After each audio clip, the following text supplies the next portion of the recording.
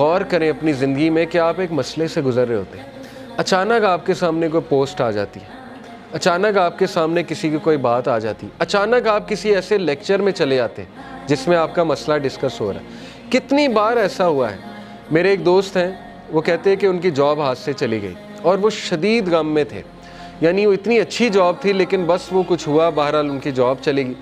تو کہتے بڑے ہی ڈاؤن اور غم کے فیز میں جمعہ خطبے میں چلا گیا، اور وہ جمعہ خطبہ رزق پہ تھا، اور اس میں ایسی ایسی آیات انہوں نے سنائی، ایسی ایسی گارنٹیز تھیں اس جمعہ خطبے میں، تو کہتے کہ بس میں وہاں سے خوش ہو کے راضی ہو کے نکلا۔ آپ یہ نہ سمجھے کہ یہ کوئی انسیڈنس ہے، نہیں، یہ اللہ تعالیٰ آپ کی مدد کر رہا ہے پیچھے سے۔ اب ظاہر ہے ڈائریکٹ تو اللہ تعالیٰ اپنے آپ کو ظاہر نہیں کرے گا نا، لیکن اپنے بندے کو وہ کوئی لوگ بھیج دیتا ہے۔ مثال کے طور پہ آپ غمگین ہیں، کوئی بندہ آپ کو آ کے کہہ دیتا ہے کہ جی مجھے تو آپ سے بڑی ہوپ ملتی ہے، کوئی بندہ آپ کو آ کے کہہ دیتا ہے کہ آپ نے میری فلاں موقع پہ مدد کی تھی، یہ تھا وہ تھا، تو یہ اللہ is talking to you, do not be deceive, ٹھیک ہے؟ یہ اللطیف آپ کو میسج بھیج رہا ہے، پکی بات ہے۔